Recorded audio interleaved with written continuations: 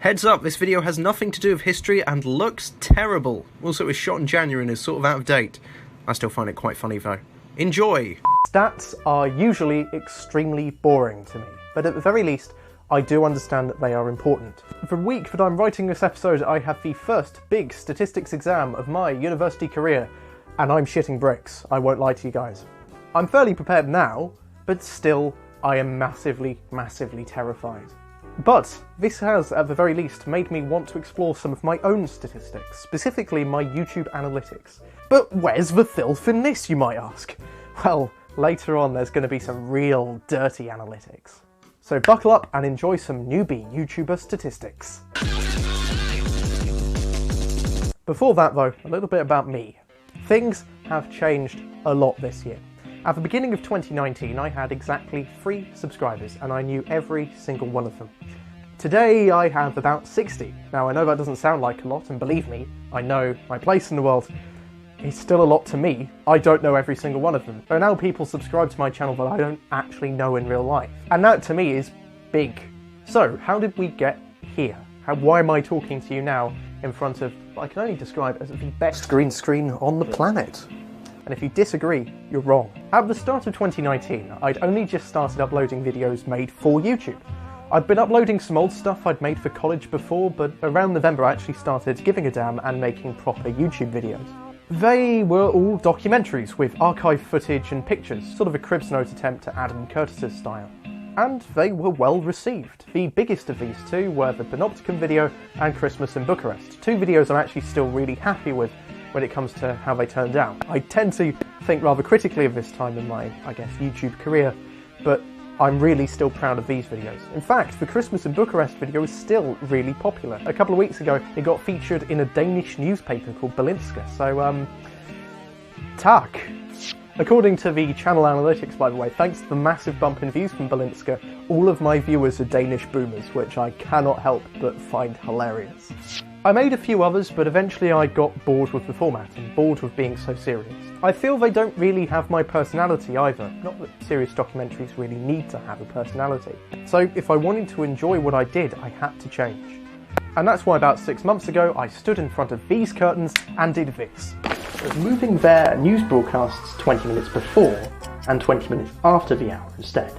So all the Filth episodes that I made in 2019, which is about 6 published over 3 months, including one that I didn't bother releasing, has had about 500 views, garnering around 20 hours of watch time, and on average people are sticking around for about 3.5 minutes, which as far as I'm concerned is a massive success for a big gamble in format change. Considering this is actually up for my old viewer duration, even for the most popular videos, yeah, I'm chuffed with this. So once again, thank you to you guys. But then, things get sexy. Someone searching for, quote, the trial of Christine Keeler's sex scene, I'm just going to point out, really? Came to one of my videos, stayed and watched the whole thing.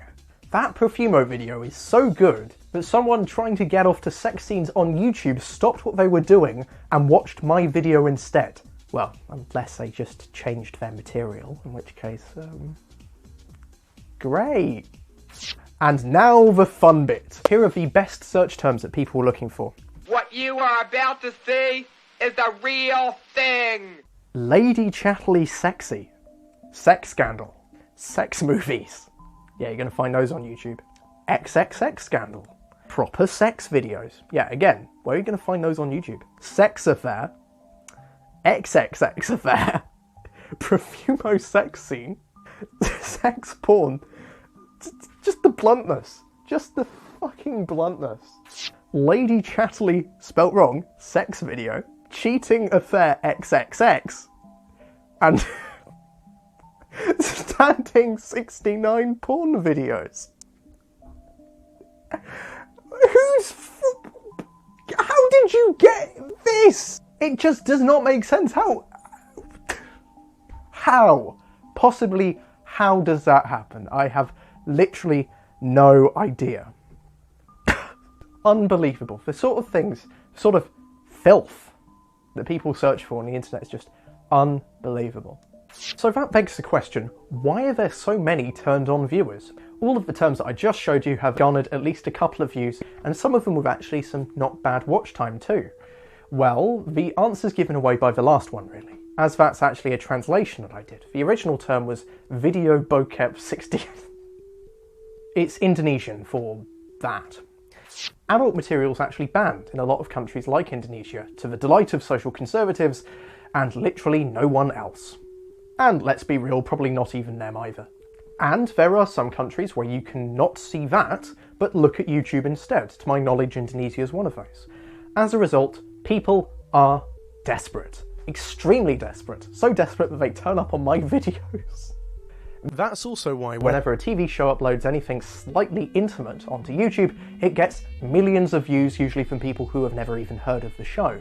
There is a conclusion to all of this. Even though this is a tiny, tiny show with a not particularly big audience, its success so far is proof that even with today's very neutered YouTube landscape, it's still possible to make something slightly more provocative.